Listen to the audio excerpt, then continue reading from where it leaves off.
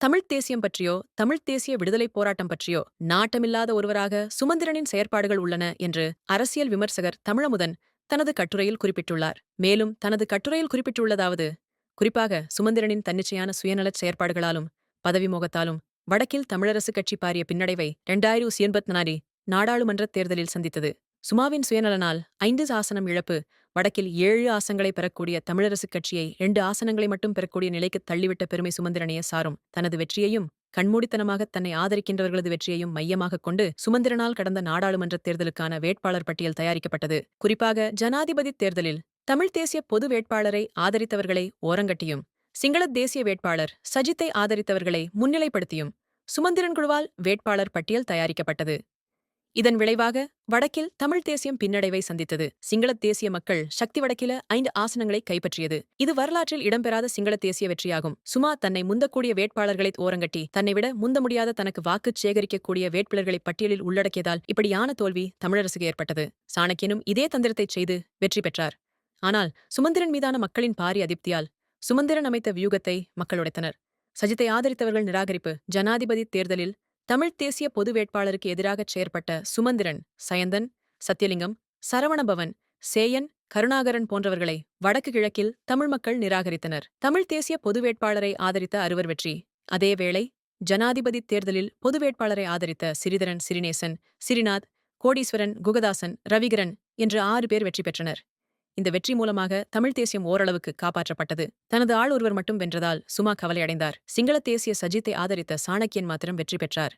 இதற்காக காணக்கியன் 14 கோடி ரூபாய்கள் செலவு செய்தாகவும் மது போத்தல்கள், அரிசி மூட்டைகளை வினோவசி திலக்ஷன் மூலமாக வாரி வழங்கியதாகவும் அறியப்பட்டது. அது மட்டுமல்லாமல் தான் விரும்பிய 5 வேட்பாளர்களை சுமந்திரனின் உதவியுடன் சாணக்கியன் நிறுத்தி எதுடன் அவர்களுக்கான தேர்தல் செலவையும் கொடுத்தமையால் அவர்கள் சாணக்கியனுக்கு வாக்குகளை சேர்த்துக் கொடுக்கும் இயந்திரமாக்கப்பட்டனர். இதுவே சாணக்கியனின் வெற்றியின் இரகசியமாகும். சாணக்கியனின் வாக்குகளால் தாமும் வெற்றி பெறலாம் என்று நம்பிய சரவணன், சேயன், கருணா, சர்வேஸ் ஆகியோர் சாணக்கியனால் முழுமையாக ஏமாற்றப்பட்டனர். அதேவேளை 6 வேட்பாளர்களை இணைத்து சிறிநேசனை வீழ்த்தலாம் என்ற சுமா சாணக்கிய சூழ்ச்சியும் தோல்வியுற்றது. தன்வினை தன்னைச் சுட்டது. சுமாவின் சூழ்ச்சி தோல்வி. சிறிதரனை தோற்கடிப்பதற்காக தனக்கு ஆதரவாக 7 வேட்பாளர்களை சுமந்திரன் நிறுத்தியும் யாழ் மக்கள் அந்த 7 பேரையும் தோற்கடித்து சிறிதரனை மட்டும் வெற்றி பெறச் செய்யத்தக்க விதத்தில் வாக்களித்தனர். வடக்கில் வெற்றி பெறக்கூடிய மக்கள் விரும்பும் வேட்பாளர்களை சுமந்திரன் ஓரங்கட்டினார். தவராசா, சசிகலா, மணிவண்ணன், சரவணபவான், சார்ல்ஸ், சிவமோகன் போன்றவர்களை ஓரங்கட்டியதால் வடக்கில் 5 ஆசனங்கள் இழக்கப்பட்டன. இந்த 5 ஆசனங்கள் இழக்கப்படுவதற்கும் தேசிய மக்கள் சக்தி 5 ஆசனங்கள் பெறுவதற்கும் சுமந்திரனே காரணகர்த்தாவாகும். 5 தடவைகள் சுமாவை மக்கள் நிராகரிப்பு. அதேவேளை 5 தடவைகள் சுமந்திரன் மக்களால் நிராகரிக்கப்பட்டுள்ளார். தமிழரசுக் கட்சித் தலைவர் தேர்தலில் சுமந்திரன் தோற்கடிக்கப்பட்டார். பின்னர் ஜனாதிபதி தேர்தலில் சுமந்திரன் ஆதரித்த சஜித் சுமாவின் பருத்தித்துறை தொகுதியில் அரிநேத்திரனிடம் தோற்றார். மேலும் பாராளுமன்றத் தேர்தலில் சுமா யாழ் மாவட்டத்தில் மக்களால் தோற்கடிக்கப்பட்டார். இங்கு சுமாவின் 6 வேட்பாளர்கள் அவருக்கு வாக்குகளைச் சேகரித்துக் கொடுத்தும் தோல்வியையே சந்தித்தார். மேலும் உள்ளூராட்சித் தேர்தலில் சுமாவின் வட்டாரம் குடத்தனையில் தோல்வி ஏற்பட்டது. மேலும் சுமந்திரனால் முன்மொழியப்பட்ட ஹர்த்தால் யாழ்ப்பாண மாவட்ட மக்களால் நிராகரிக்கப்பட்டது. இவ்வாறு பல தோல்விகளால் நிராகரிக்கப்பட சுமந்திரன் குறுக்கு வழியில் பதில் செயலாளராக பதவியேற்று தமிழ்த் தேசியவாதிகளை ஓரங்கட்டி வருகின்றார். வடக்கில் சிங்களத் தேசியத்துக்கு வழி திறந்த சுயநலச் சுமா சிங்களத் தேசியம் வடக்கில் மக்களாணை பெறுவதற்கான பாதையை சுமா திறந்துள்ளார். சுமாவால்தான் தமக்கு வெற்றி இலகுவானதாக வடபூல தேசிய மக்கள் சக்தி பாராளுமன்ற உறுப்பினர்கள் பேசிக் கொண்டனர். தனது குடும்பத்தை சிங்கள மையமாக்கியுள்ள சுமா யாழ்ப்பாணத்தில் தமிழரசுக் கட்சியை பலவீனப்படுத்தி சிங்களத் தேசிய கட்சிக்கான ஆதரவை வளர்த்துள்ளார். உள்நாட்டுப் பொறிமுறைக்கு வடக்கில் மக்களாணையாம் தற்போது தேசிய மக்கள் சக்தியினர் கூறுகின்றார்கள். உள்நாட்டிலும் சர்வதேசத்திலும் தாம் வடக்கிலும் மக்களாணை பெற்றுவிட்டதாக பேசி மனித உரிமை பேரவையிலும் ஐக்கிய நாடுகள் சபையிலும் இதனை தம்பட்டம் அடித்து வருகின்றனர். அதாவது தமிழ்த் தேசிய கள் மூலமாக இறுதியுத்த அவலம் தேசிய இனப்பிரச்சினைக்கான தீர்வு விடயங்களில் சர்வதேச பொறிமுறையை வலியுறுத்துகின்ற போது தேசிய மக்கள் சக்தி அரசு அதனை நிராகரிப்பதுடன் வடக்கு கிழக்கில் உள்ள நாட்டுப் பொறிமுறைக்கு அங்குள்ள மக்கள் ஆணையிட்டுள்ளதாக கூறுகின்றனர்.